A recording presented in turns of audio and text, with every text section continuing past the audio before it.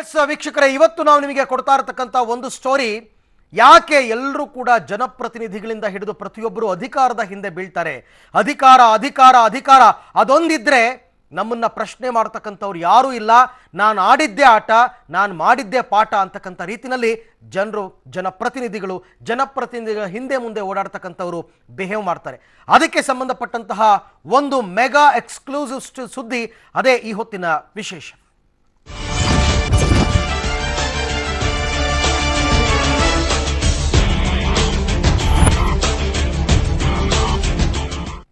S ವೀಕ್ಷಕರೇ, ನಿಮ್ಮ public ಟಿವಿಯಲ್ಲಿ ಇವತ್ತಿನ ಅತಿ ದೊಡ್ಡ ಬ್ರೇಕಿಂಗ್ ನ್ಯೂಸ್ ಒಂದು ಅನಾವರಣಗೊಳ್ತಾ ಇದೆ.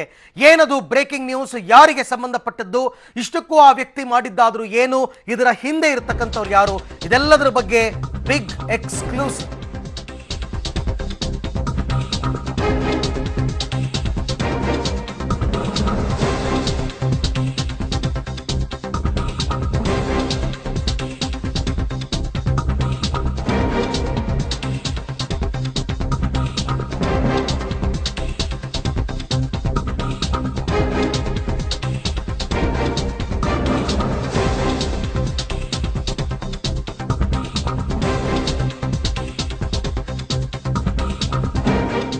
ನಿಮ್ಮ ಪಬ್ಲಿಕ್ ಟಿವಿಯಲ್ಲಿ ಇದು ಅತಿ ದೊಡ್ಡ ಬ್ರೇಕಿಂಗ್ ನ್ಯೂಸ್ ಒಂದು ಬರ್ತಾ ಇದೆ.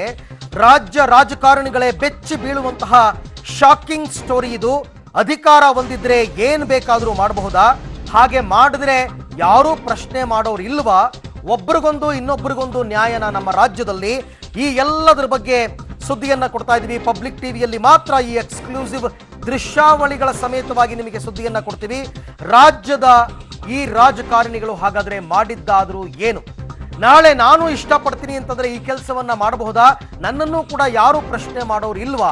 ಹಾಗಾದ್ರೆ ನಮಗೊಂದು ನ್ಯಾಯ, ರಾಜಕಾರಣಿಗಳು ಮತ್ತು ರಾಜಕಾರಣಿಗಳ ಹಿಂಬಾಲಕರು ಮುಂಬಾಲಕರಿಗೆ ಮತ್ತೊಂದು ನ್ಯಾಯನ ಅಂತಕ್ಕಂಥ ಪ್ರಶ್ನೆ. ಇದು ನಿಮ್ಮ ಪಬ್ಲಿಕ್ ಟಿವಿಯ ಅತಿ ದೊಡ್ಡ ಬ್ರೇಕಿಂಗ್ ನ್ಯೂಸ್.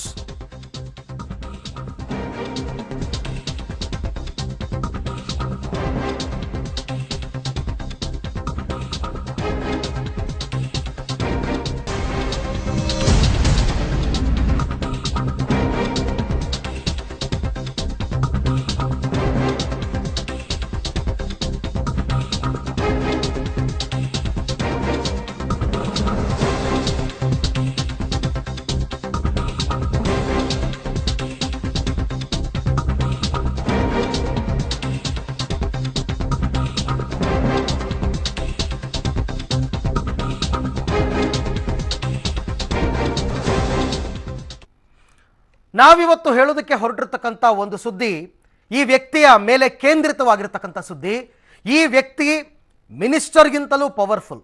ಮಿನಿಸ್ಟರ್ ಯಾಕೆ, ಚೀಫ್ ಮಿನಿಸ್ಟರ್ಗಿಂತಲೂ ಪವರ್ಫುಲ್. ತಾನು ಅವರೆಲ್ಲರಿಗಿಂತ ಪವರ್ಫುಲ್ ಅಂತಕ್ಕಂಥ ಭ್ರಮೆಯಲ್ಲಿ ಈ ವ್ಯಕ್ತಿ ಮಾಡಿದ್ದಾದರೂ ಏನು? ಅದಕ್ಕೆ ಮುಖ್ಯಮಂತ್ರಿ ಉಪಮುಖ್ಯಮಂತ್ರಿ ಆದಿಯಾಗಿ ಸಮ್ಮಿಶ್ರ ಸರ್ಕಾರದವರ ಬೆಂಬಲ ಇತ್ತಾ? ಅದಕ್ಕೆ ಅವರಿಗೆಲ್ಲ ವಿಚಾರ ಗೊತ್ತಿತ್ತಾ? ಏನು ಎತ್ತ? ಇದ್ರ ಬಗ್ಗೆ ಕೂಡ ಒಂದು ಬ್ರೇಕಿಂಗ್ ನ್ಯೂಸ್ ಬರ್ತಾ ಇದೆ, ನೋಡಿ.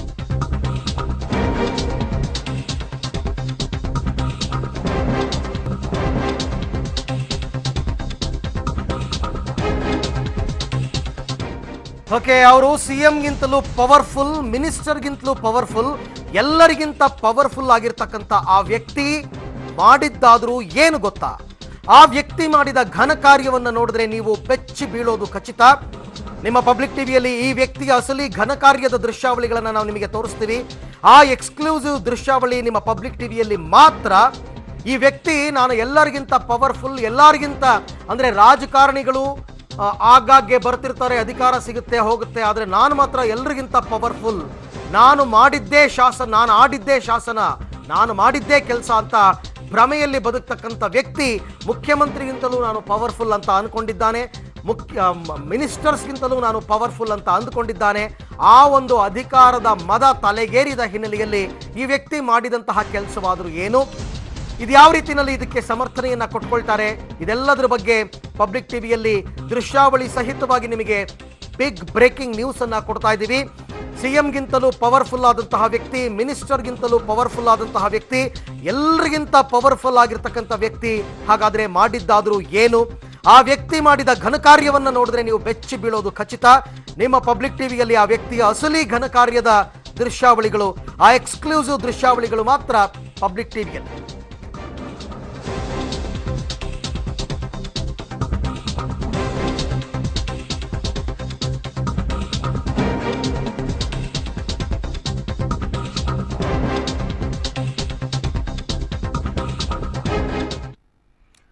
ಹೀಗೆ ನಾನು ಮುಖ್ಯಮಂತ್ರಿಗಳಿಗಿಂತಲೂ ದೊಡ್ಡವನು, ಮಿನಿಸ್ಟರ್ಗಳಿಗಿಂತಲೂ ದೊಡ್ಡವನು, ನನ್ನ ಅಧಿಕಾರದ ಬಲದ ಮುಂದೆ ಬೇರೆ ಯಾರೂ ಇಲ್ಲ ಅಂತ ಭ್ರಮೆಯಲ್ಲಿದ್ದಂತಹ ವ್ಯಕ್ತಿ ತನ್ನ ಮೋಜು ಮಸ್ತಿಯನ್ನು ತೀರಿಸ್ಕೊಳ್ಳೋದಕ್ಕೆ ಆ ಪವಿತ್ರ ಸ್ಥಳವನ್ನೇ ಆಯ್ಕೆ ಮಾಡಿಕೊಳ್ಬೇಕಾಗಿತ್ತ? ಆ ಪವಿತ್ರ ಸ್ಥಳವನ್ನು ಆಯ್ಕೆ ಮಾಡ್ಕೊಳ್ಳೋದಕ್ಕೆ ಆತನಿಗೆ ಪರ್ಮಿಷನ್ ಕೊಟ್ಟವರಾದರೂ ಯಾರು? ಯಾರ ಗಮನಕ್ಕೂ ಬರದೇನೆ ಆತ ಆ ರೀತಿ ಮಾಡದ್ನ? ಹಾಗಾದರೆ ಆ ಪವಿತ್ರ ಸ್ಥಳದ ಘನತೆಯನ್ನು ಕಡಿಮೆ ಮಾಡುವಂತಹ ಕೆಲಸವನ್ನು ಈ ಪವರ್ಫುಲ್ ವ್ಯಕ್ತಿ ಮಾಡಿದ್ದಾದರೂ ಏನು? ಯಾವ ಕೆಲಸವನ್ನು ಮಾಡ್ದ? ಅದನ್ನು ರಾಜಕಾರಣಿಗಳು ಮತ್ತು ಸರ್ಕಾರದ ಪ್ರತಿನಿಧಿಗಳು ಅಂತ ಅನ್ನಿಸ್ಕೊಂಡವರು ಯಾವ ರೀತಿ ಸಮರ್ಥನೆ ಮಾಡ್ಕೊಳ್ತಾರೆ? ಆ ರೀತಿ ಕೆಲಸವನ್ನು ಹಾಗಾದರೆ ಯಾರು ಬೇಕಾದರೂ ಮಾಡಬಹುದಾ? ಅದಕ್ಕೆ ಸಂಬಂಧಪಟ್ಟಂತಹ ಮತ್ತೊಂದು ಬಿಗ್ ಬ್ರೇಕಿಂಗ್ ನ್ಯೂಸ್.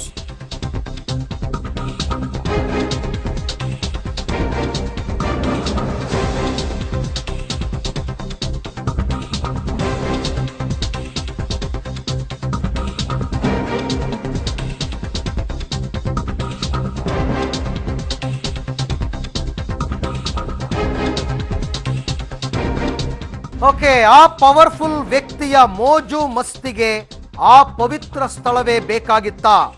ಯಾರಿಗೂ ಅನುಮತಿ ಇಲ್ಲದ ಆ ಸ್ಥಳದಲ್ಲಿ ಈ ಪವರ್ಫುಲ್ ವ್ಯಕ್ತಿ ಮಾಡಿದಂತಹ ಘನಂದಾರಿ ಕೆಲಸ ಆದರೂ ಏನು?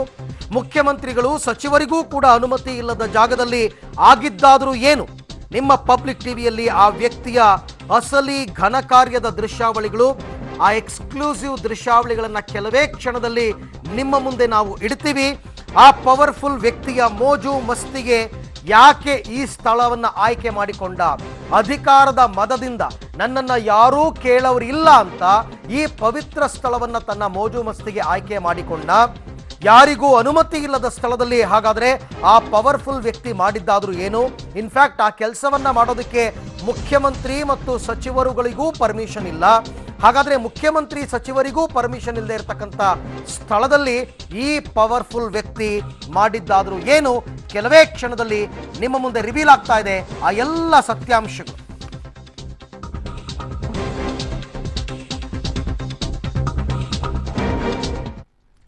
ಓಕೆ, ತನ್ನ ಮೋಜು ಮಸ್ತಿಗಾಗಿ ಆ ಪವರ್ಫುಲ್ ವ್ಯಕ್ತಿ ಒಂದು ಪವಿತ್ರ ಸ್ಥಳವನ್ನು ಆಯ್ಕೆ ಮಾಡ್ಕೋತಾನೆ. ಆದರೆ ತಾನೊಬ್ಬನೇ ಕೂತ್ಕೊಂಡು ಆ ಮೋಜು ಮಸ್ತಿಯಲ್ಲಿ ಪಾಲ್ಗೊಳ್ಳೋದಿಲ್ಲ. ಅದಕ್ಕೆ ಮತ್ತೊಬ್ಬ ಗಣ್ಯ ವ್ಯಕ್ತಿ ಕೂಡ ಪಾಲ್ಗೊಳ್ತಾನೆ. ಮತ್ತೊಬ್ಬ ಗಣ್ಯ ವ್ಯಕ್ತಿ ಕೂಡ ಅದಕ್ಕೆ ಸಾಕ್ಷಿ ಆಗ್ತಾರೆ. ಅವರಿಗೆ ಗೊತ್ತಿತ್ತು ಇದು ತಪ್ಪು ಅಂತ ಅಥವಾ ಗೊತ್ತಿರಲಿಲ್ವಾ? ಹಾಗಾದರೆ ಆ ಮೋಜು ಮಸ್ತಿಗೆ ಆತ ಪಾಲ್ಗೊಂಡಿದ್ದಾದರೂ ಯಾಕೆ? ಇದಕ್ಕೆ ಸಂಬಂಧಪಟ್ಟಂತಹ ಮತ್ತೊಂದು ಎಕ್ಸ್ಕ್ಲೂಸಿವ್ ಬ್ರೇಕಿಂಗ್ ನ್ಯೂಸ್ ಬರ್ತಾ ಇದೆ. ಕೆಲವೇ ಕ್ಷಣದಲ್ಲಿ ಈ ಎಲ್ಲ ಕುತೂಹಲಗಳಿಗೆ ತೆರೆ ಬೀಳುತ್ತೆ. ಓಕೆ, ಆ ಪವರ್ಫುಲ್ ವ್ಯಕ್ತಿಯ ಘನ ಕಾರ್ಯಕ್ಕೆ ಸಾಕ್ಷಿಯಾಗಿದ್ದು ಈ ಗಣ್ಯ ವ್ಯಕ್ತಿ, ಪವರ್ಫುಲ್ ವ್ಯಕ್ತಿಯ ದರ್ಬಾರಿಗೆ ಹಾಗಾದ್ರೆ ಈ ಗಣ್ಯ ವ್ಯಕ್ತಿ ಸಾಕ್ಷಿಯಾಗಿದ್ದು ಸರಿನಾ? ಹಾಗಾದ್ರೆ ಆ ಪವರ್ಫುಲ್ ವ್ಯಕ್ತಿ ಯಾರು? ಆ ಗಣ್ಯರು ಯಾರು? ಅವರು ಮಾಡಿದಂತಹ ಘನಂದಾರಿ ಕೆಲಸ ಆದರೂ ಏನು? ಮೋಜು ಮಸ್ತಿಗೆ ಸಾಕ್ಷಿಯಾದ ಆ ಪವಿತ್ರ ಸ್ಥಳವಾದರೂ ಯಾವುದು? ಕೆಲವೇ ಕ್ಷಣದಲ್ಲಿ ಎಕ್ಸ್ಕ್ಲೂಸಿವ್ ದೃಶ್ಯಾವಳಿ ಸಹಿತವಾಗಿ ಈ ಸುದ್ದಿಯನ್ನು ಸ್ಫೋಟ ಮಾಡ್ತಾ ಇದ್ದೀವಿ. ನಿಮ್ಗೆಲ್ರಿಗೂ ಕೂಡ ಅನುಮಾನ ಮತ್ತು ಕುತೂಹಲ ಮೂಡಿದೆ ಅಂತ ಚೆನ್ನಾಗಿ ಗೊತ್ತು. ಯಾರು ಆ ವ್ಯಕ್ತಿ? ಆತ ಮಾಡಿದಂತಹ ಕೆಲಸವಾದರೂ ಏನು? ಆತ ಎಲ್ಲಿ ಆ ಕೆಲಸವನ್ನ ಮಾಡ್ದ? ಆತನ ಕೆಲಸಕ್ಕೆ ಸಾಕ್ಷಿಯಾದ ಇನ್ನೋರ್ವ ಗಣ್ಯ ವ್ಯಕ್ತಿ ಯಾರು? ಈ ಎಲ್ಲದರ ಬಗ್ಗೆನೂ ಕೂಡ ಮಾಹಿತಿಯನ್ನು ಕೆಲವೇ ಕ್ಷಣದಲ್ಲಿ ನಿಮ್ಮ ಮುಂದೆ ಇಡ್ತಾ ಇದ್ದೀವಿ. ಪಬ್ಲಿಕ್ ಟಿವಿಯ ಬಿಗ್ ಎಕ್ಸ್ಕ್ಲೂಸಿವ್ ಸುದ್ದಿಯನ್ನ ನೀವೀಗ ನೋಡ್ತಾ ಇದ್ದೀರಾ. ಸುದ್ದಿ ಏನು ಅಂತ ಗೊತ್ತಾದ ಮೇಲೆ ತಾವು ಕೂಡ ಪ್ರಯತ್ನ ಪಡಬಹುದಾ ಈ ಕೆಲಸ ಮಾಡೋದಕ್ಕೆ ಅಂತ ನಿಮಗೂ ಅನ್ನಿಸಬಹುದು. ಆದರೆ ಅಧಿಕಾರದ ಮದ, ಅಧಿಕಾರದ ಒಂದು ಅಹಂಕಾರದಿಂದ ವ್ಯಕ್ತಿಗಳು ಹೇಗೆಲ್ಲ ನಡೆದುಕೊಳ್ತಾರೆ ಅದನ್ನು ಪ್ರಶ್ನೆ ಮಾಡುವವರು ಕನಿಷ್ಠ ಪಕ್ಷ ನಮ್ಮಲ್ಲಿ ಯಾರೂ ಇಲ್ವಾ? ಹೀಗೆಲ್ಲ ಪ್ರಶ್ನೆಗಳು ಉದ್ಭವ ಆಗ್ತಕ್ಕಂಥದ್ದು ಸಹಜ. ಆ ಪವರ್ಫುಲ್ ವ್ಯಕ್ತಿ ಯಾರು? ಆ ಗಣ್ಯರು ಯಾರು? ಅವರು ಮಾಡಿದ್ದೇನು? ಕೆಲವೇ ಕ್ಷಣದಲ್ಲಿ ನಿಮ್ಮ ಪಬ್ಲಿಕ್ ಟಿವಿಯಲ್ಲಿ ಈ ಬಿಗ್ ಎಕ್ಸ್ಕ್ಲೂಸಿವ್ ಸುದ್ದಿ, ಒಂದು ಸುದ್ದಿಯನ್ನು ನಿಮಗೆ ತೋರಿಸಿದ್ವಿ. ಬಹಳ ಪವರ್ಫುಲ್ ವ್ಯಕ್ತಿಯೊಬ್ಬ ನಿಷೇಧಿತ ಜಾಗದಲ್ಲಿ ಮೋಜು ಮಸ್ತಿಯನ್ನು ಮಾಡೋದಕ್ಕೆ ಹೊರಡ್ತಾನೆ ಅಧಿಕಾರದ ಮದದಿಂದ. ಮುಖ್ಯಮಂತ್ರಿಗೂ ಅನುಮತಿ ಇಲ್ಲದಂತಹ ಜಾಗದಲ್ಲಿ ಆತ ಮೋಜು ಮಸ್ತಿಯನ್ನು ಮಾಡ್ತಾನೆ. ಆತನ ಮೋಜು ಮಸ್ತಿಗೆ ಮತ್ತೊಬ್ಬ ಗಣ್ಯ ವ್ಯಕ್ತಿ ಸಾಕ್ಷಿ ಆಗ್ತಾರೆ ಅಂತಂದ್ರೆ ಹಾಗಾದ್ರೆ ಇದು ಯಾರ ಗಮನಕ್ಕೂ ಬಂದಿಲ್ವಾ? ಯಾರು ಇದನ್ನ ಪ್ರಶ್ನೆ ಮಾಡೋರು ಇಲ್ವಾ? ತಾನು ಅಧಿಕಾರದಲ್ಲಿ ಇದೀನಿ ಎನ್ನುವಂತಹ ಒಂದು ಕಾರಣಕ್ಕೆ ಆತ ಏನು ಬೇಕಾದರೂ ಮಾಡಬಹುದಾ ಅಂತಕ್ಕಂಥ ಒಂದು ಕುತೂಹಲ ಭರಿತವಾದಂತಹ ಒಂದು ಸಸ್ಪೆನ್ಸ್ ಅನ್ನು ನಿಮಗೆ ನಾವು ಇಟ್ಟಿದ್ವಿ. ಈಗ ನಾವು ಅದನ್ನು ರಿವೀಲ್ ಮಾಡ್ತೀವಿ. ಹಾಗಾದರೆ ಯಾವ ಜಾಗ, ಯಾವ ವ್ಯಕ್ತಿ, ಯಾವ ರೀತಿ ಆ ಜಾಗವನ್ನು ಆತ ಬಳಸ್ಕೊಂಡ, ಅದಕ್ಕೆ ಸಾಕ್ಷಿಯಾಗಿದ್ದಾದರೂ ಯಾರು, ಅದು ಯಾರ ಗಮನಕ್ಕೂ ಬಂದಿಲ್ವಾ, ಬಂದಿದ್ರು ಯಾವ ಕ್ರಮವನ್ನು ತೆಗೆದುಕೊಂಡಿಲ್ವಾ, ಇದೆಲ್ಲದಕ್ಕೆ ಸಂಬಂಧಪಟ್ಟಂತೆ ಮತ್ತೊಂದು ಬ್ರೇಕಿಂಗ್ ಸುದ್ದಿ ಬರ್ತಾ ಇದೆ ನಿಮ್ಮ ಮುಂದೆ. ನೀವೀಗ ನೋಡ್ತಾ ಇದ್ದೀರಾ ಅದನ್ನ ಬಿಗ್ ಎಕ್ಸ್ಕ್ಲೂಸಿವ್ ನಲ್ಲಿ.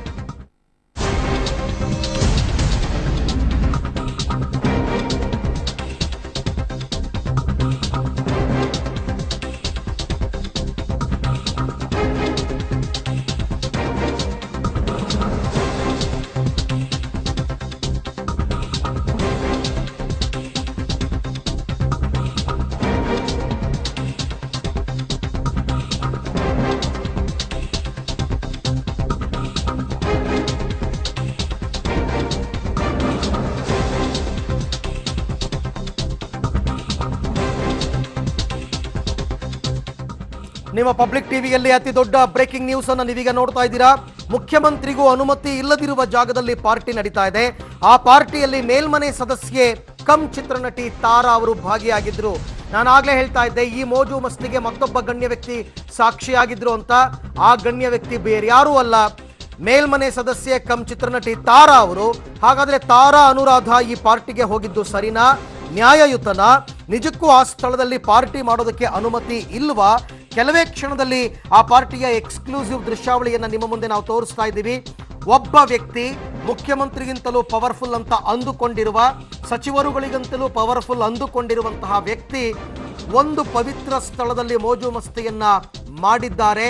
ಆ ಒಂದು ಮೋಜು ಮಸ್ತಿಗೆ, ಆ ಪಾರ್ಟಿಗೆ ಹೋಗಿದ್ದಂಥದ್ದು ಮೇಲ್ಮನೆ ಸದಸ್ಯೆ ಮತ್ತು ಚಿತ್ರನಟಿ ಆಗಿರ್ತಕ್ಕಂಥ ತಾರಾ ಅವರು. ತಾರಾ ಅವರಿಗೆ ಗೊತ್ತಿರಲಿಲ್ವಾ ಇಂಥ ಸ್ಥಳದಲ್ಲಿ ಪಾರ್ಟಿ ಮಾಡಿದಾಗ ತಾವು ಹೋಗಬಾರದು, ಇದು ನಿಷೇಧಿತ ಸ್ಥಳ ಅಂತ ಗೊತ್ತಿರಲಿಲ್ವಾ? ಅಲ್ಲಿಗೆ ಅವ್ರು ಯಾಕೆ ಹೋದ್ರು? ಹೋದದ್ದು ನ್ಯಾಯಯುತನ?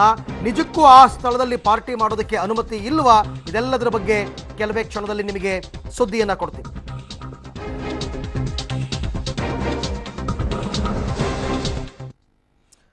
ಎಲ್ಲಿ ನಡೆದಿದ್ದು ಹಾಗಾದರೆ ಆ ಪಾರ್ಟಿ? ಬೇರೆ ಎಲ್ಲೂ ಅಲ್ಲ, ಇಡೀ ರಾಜ್ಯದ ಸಮಸ್ಯೆಗಳ ಬಗ್ಗೆ ಚರ್ಚೆ ಮಾಡಿ ಎಲ್ಲ ಜನರಿಗೂ ಕೂಡ ಅನುಕೂಲಕರವಾದಂತಹ ತೀರ್ಮಾನಗಳನ್ನು ತೆಗೆದುಕೊಳ್ಳುವಂತಹ ವಿಧಾನಸೌಧ, ಶಕ್ತಿಸೌಧ ವಿಧಾನಸೌಧದಲ್ಲಿ ನಡೆದಿರ್ತಕ್ಕಂಥ ಒಂದು ಪಾರ್ಟಿ. ಇದಕ್ಕೆ ಸಂಬಂಧಪಟ್ಟಂತೆ ಮತ್ತಷ್ಟು ಮಾಹಿತಿಯನ್ನು ನಿಮಗೆ ನಾವು ಕೊಡ್ತಾ ಇದ್ದೀವಿ. ಶಕ್ತಿಸೌಧ ವಿಧಾನಸೌಧದಲ್ಲಿ ಪವರ್ಫುಲ್ ವ್ಯಕ್ತಿಯ ಬರ್ತ್ಡೇ ಪಾರ್ಟಿ.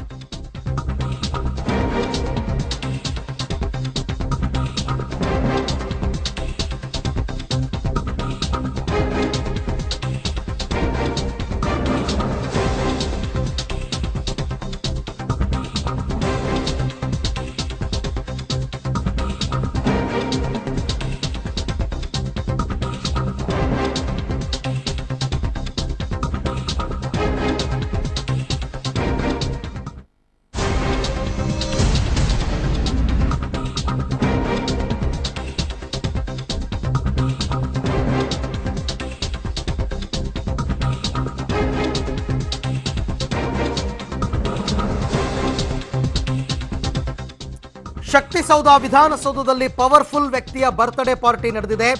ವಿಧಾನಸೌಧದಲ್ಲೆಲ್ಲೋ ನಡೆದಿದ್ದರೂ ಓಕೆ, ಆದರೆ ಪಾರ್ಟಿ ನಡೆದದ್ದು ವಿಧಾನಸಭೆಯಲ್ಲಿ. ನೀವು ಪ್ರತಿನಿತ್ಯ ಕಲಾಪಗಳನ್ನು ಟಿವಿಯಲ್ಲಿ ನೋಡ್ತಿರಲ್ಲ, ಅದು ವಿಧಾನಸಭೆ. ಅಲ್ಲಿ ನಡೆದಿರ್ತಕ್ಕಂಥದ್ದು ಈ ಪಾರ್ಟಿ. ವಿಧಾನಸಭೆಯ ಆಡಳಿತ ಪಕ್ಷದ ಮೊಗಸಾಲೆಯಲ್ಲಿ ಭರ್ಜರಿ ಬರ್ತ್ಡೇ ಪಾರ್ಟಿ ನಡೆದಿದೆ. ನೀವು ಕಲಾಪವನ್ನ ನೋಡಬೇಕಾದ್ರೆ ಆಡಳಿತ ಪಕ್ಷದವರು ಕೂತ್ಕೋತಾರಲ್ಲ, ಮುಖ್ಯಮಂತ್ರಿ ಕುಮಾರಸ್ವಾಮಿ, ಸಿದ್ದರಾಮಯ್ಯ ಇವರೆಲ್ಲ ಕೂತ್ಕೋತಾರಲ್ಲ, ಅಂದ್ರೆ ನಿಮ್ಮ ಟಿವಿ ಸ್ಕ್ರೀನ್ನ ಎಡಭಾಗಕ್ಕೆ ಸ್ಪೀಕರ್ ಅವರ ಬಲಭಾಗಕ್ಕೆ ಕೂತಿರ್ತಾರೆ ಆಡಳಿತ ಪಕ್ಷದವರು. ಆ ಭಾಗದಲ್ಲಿ ನಡೆದಿರ್ತಕ್ಕಂಥದ್ದು ಬರ್ತ್ಡೇ ಪಾರ್ಟಿ. ಯಾರಿಗೂ ಪ್ರವೇಶವಿಲ್ಲದ ಜಾಗದಲ್ಲಿ ಹಾಗಾದ್ರೆ ಬರ್ತ್ಡೇಯನ್ನು ಆಚರಿಸಿದ ವ್ಯಕ್ತಿ ಯಾರು? ಮೇಲ್ಮನೆ ಸದಸ್ಯೆ ತಾರಾಗೆ ವಿಧಾನಸಭೆಯ ಪಾವಿತ್ರ್ಯತೆ ಅರ್ಥವಾಗಿರಲಿಲ್ವಾ? ವಿಧಾನಸಭಾಧ್ಯಕ್ಷ ರಮೇಶ್ ಕುಮಾರ್ಗೆ ಈ ಪಾರ್ಟಿ ಗೊತ್ತಾಗ್ಲಿಲ್ವಾ? ಯಾರು ಆ ವ್ಯಕ್ತಿ? ಯಾಕೆ ಈ ರೀತಿ ಮಾಡಿದ್ರು? ಯಾರ ಗಮನಕ್ಕೂ ಬಂದಿಲ್ವಾ? ಯಾರು ಯಾಕೆ ಪ್ರಶ್ನೆಯನ್ನ ಮಾಡಿಲ್ವಾ ಅಂತಕ್ಕಂಥದ್ದು ಪ್ರಶ್ನೆ.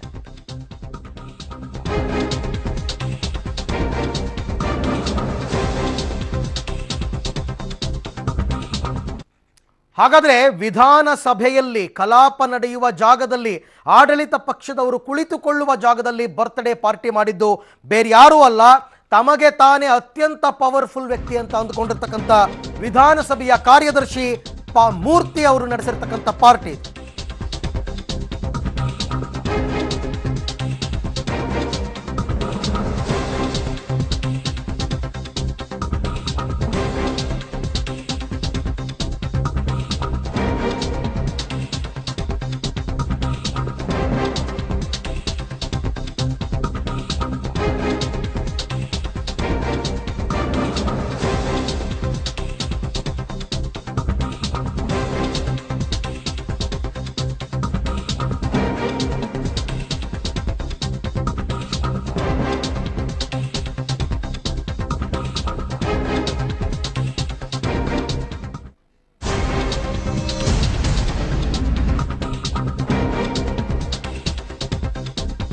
ಎಸ್, ವಿಧಾನಸಭೆ ಮೊಗಸಾಲೆಯಲ್ಲಿ ವಿಧಾನಸಭೆ ಕಾರ್ಯದರ್ಶಿ ಮೂರ್ತಿ ಅವರು ಪಾರ್ಟಿ ಮಾಡಿದ್ದಾರೆ. ವಿಧಾನಸಭೆಯ ಮೊಗಸಾಲೆಯನ್ನೇ ಪಾರ್ಟಿ ಹಾಲ್ ಮಾಡಿಕೊಂಡು ದರ್ಬಾರ್ ನಡೆಸಿದ್ದಾರೆ. ಕೇಕ್ ಕತ್ತರಿಸಿ ಬರ್ತ್ಡೇ ಆಚರಿಸಿಕೊಂಡಿದ್ದಾರೆ ವಿಧಾನಸಭಾ ಕಾರ್ಯದರ್ಶಿ ಮೂರ್ತಿ ಅವರು. ಈ ಬರ್ತ್ಡೇ ಪಾರ್ಟಿಯಲ್ಲಿ ಮೇಲ್ಮನೆ ಸದಸ್ಯೆ ತಾರಾ ಸೇರಿದಂತೆ ಹಲವರು ಭಾಗಿಯಾಗಿದ್ದಾರೆ. ಹಾಗಾದ್ರೆ ವಿಧಾನಸಭೆ ಸಭಾಂಗಣದ ಮೊಗಸಾಲೆಯಲ್ಲಿ ಬರ್ತ್ಡೇ ಪಾರ್ಟಿಯನ್ನ ಮಾಡಬಹುದಾ? ನಿರ್ಬಂಧಿತ ಸ್ಥಳದಲ್ಲಿ ಬರ್ತ್ಡೇ ಪಾರ್ಟಿಗೆ ಹಾಗಾದ್ರೆ ಅನುಮತಿ ಕೊಟ್ಟಿದ್ದಾದ್ರೂ ಯಾರು? ಎಲ್ರಿಗೂ ಇದೇ ರೀತಿ ಪಾರ್ಟಿಗೆ ಅವಕಾಶವನ್ನ ಕೊಡ್ತೀರಾ? ಸ್ಪೀಕರ್ ರಮೇಶ್ ಕುಮಾರ್ ಸಾಹೇಬ್ರೆ, ನಿಮ್ಮ ಗಮನಕ್ಕಿದು ಬಂದಿಲ್ವಾ? ಬಂದಿದ್ರು ಸುಮ್ಮನಿದ್ದೀರಾ ಹೇಗೆ? ಯಾಕೆಂತಂದ್ರೆ ಸಾಮಾನ್ಯವಾಗಿ ಒಂದು ಸರ್ಕಾರ ರಚನೆಯಾಗಿ ಆದಾಗಿನಿಂದ ಆ ಸರ್ಕಾರ ಡಿಸಾಲ್ವ್ ಆಗುವ ತನಕ ವಿಧಾನಸೌಧವಲ್ಲ, ಗಮನ ಇಡಿ, ವಿಧಾನಸಭೆಯ ಅಂಗಳ ಸಂಪೂರ್ಣವಾಗಿ ಸ್ಪೀಕರ್ ರವರ ಸುಪರ್ದಿಯಲ್ಲೇ ಇರುತ್ತೆ. ಸ್ಪೀಕರ್ ರವರೇ ಯಾವಾಗ ಅಧಿವೇಶನಗಳು ನಡೆಯುತ್ತೆ, ಯಾವ ಡೇಟಿಂದ ಯಾವ ಡೇಟ್ ತನಕ, ಹೇಗೆ ಅದನ್ನ ರೆಡಿ ಮಾಡಬೇಕು, ಇದೆಲ್ಲವನ್ನೂ ಕೂಡ ಅವರೇ ಲೆಕ್ಕಾಚಾರ ಹಾಕುವಂಥದ್ದು. ಮತ್ತೆ ಆ ಸಭಾಂಗಣ ಕೂಡ ಅವರ ಅಧೀನದಲ್ಲೇ ಇರುತ್ತೆ. ಅಂಥ ಸ್ಥಳದಲ್ಲಿ ಪಾಸ್ ಇಲ್ಲದೆ ಇರೋ ವ್ಯಕ್ತಿಗಳೆಲ್ಲ ಒಳಗೆ ಬಂದು ಬರ್ತ್ಡೇ ಪಾರ್ಟಿಯಲ್ಲಿ ಪಾಲ್ಗೊಳ್ತಾರೆ.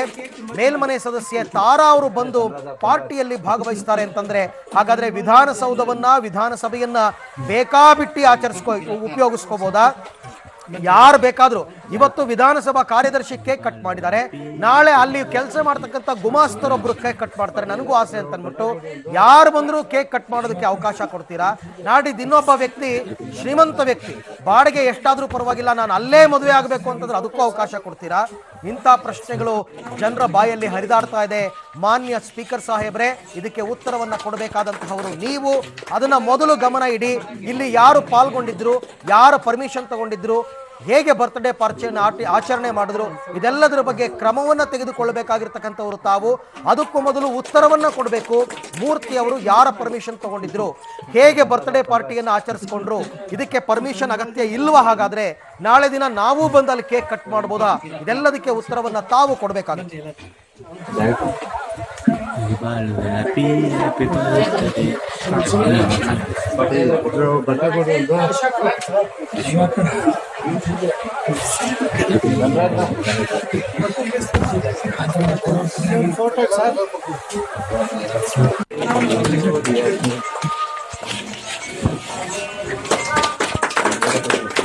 ಎಲ್ಲರ ಪರವಾಗಿ ನಮ್ಮ